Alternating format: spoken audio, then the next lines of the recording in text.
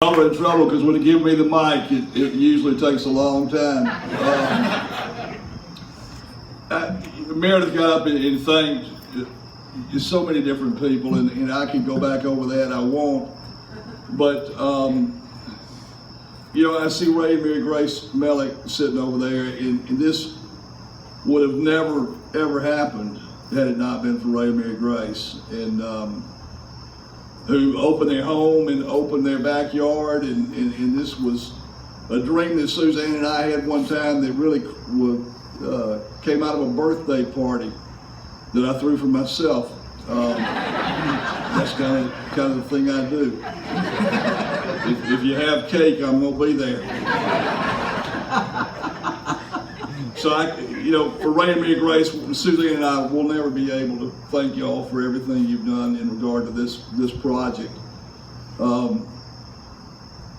Meredith mentioned the people at my office, Christian and Small, and my partners and the people that I work with every day. And I know Brandy Serio and Hannah Kennedy are out there somewhere. I don't know where they are. I don't see them.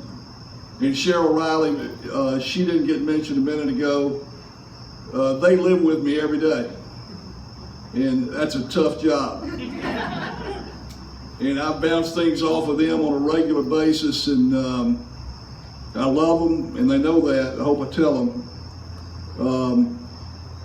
And they're as big a part of this as anybody else as well. I don't want to go on and on, but I've thought about this, and I really thought about Tripp struggling through drug addiction. The whole time through that, he was so ashamed. And I'm going to be honest with you, I was ashamed too. But today, 6 years down the path, I can look at y'all and tell you I'm not ashamed anymore. And a lot of that has to do with all of you. In that little book that Paul Karstensen, and he's sitting out there, just an amazing piece of work. But in that little book, it says, I'm never going to let heroin destroy his dignity. I'm never going to let it crush his character. And I'm never going to let it mar the memories that Suzanne and I had with 22 fantastic years with our son. Because if we do that, then heroin wins. And y'all are not going to let that happen. You're a testament to the fact that you're not going to let that happen. And I see Pat Ziccarelli, I see Zach Rucker, and I see Johnny Hanna, and I know I'm missing Carter Glasscock came down here from Nashville. Zach Rucker's down here from New York City. Pat Ziccarelli, all of those were Tripp's closest friends. To say we're not going to let heroin win and support this project. Thank y'all so much for supporting it. This was a dream Suzanne and I had. We never had any earthly idea that it would turn into this, but it's exactly what Tripp would have wanted. He loved nothing better than friends getting together, listening to music.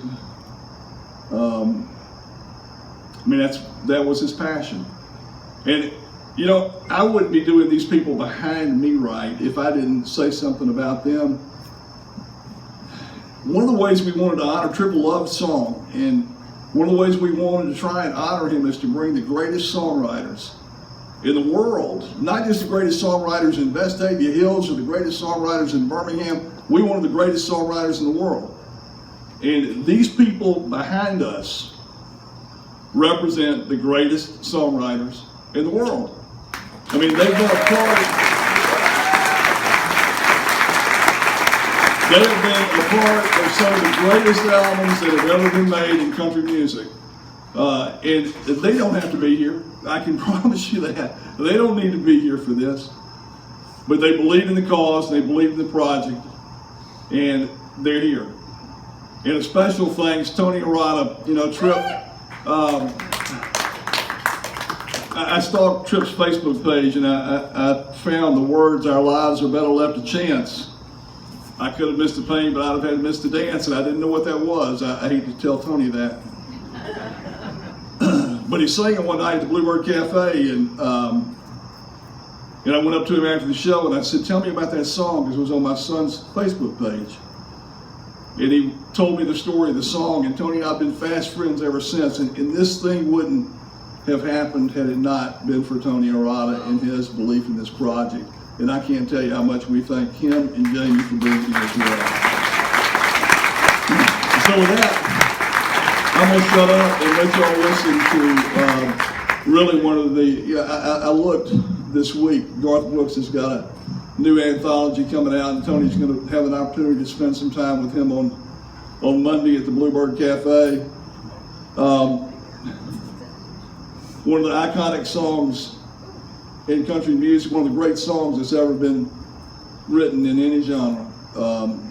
And Tony Arata wrote it all by his lonesome, and he's going to sing it now.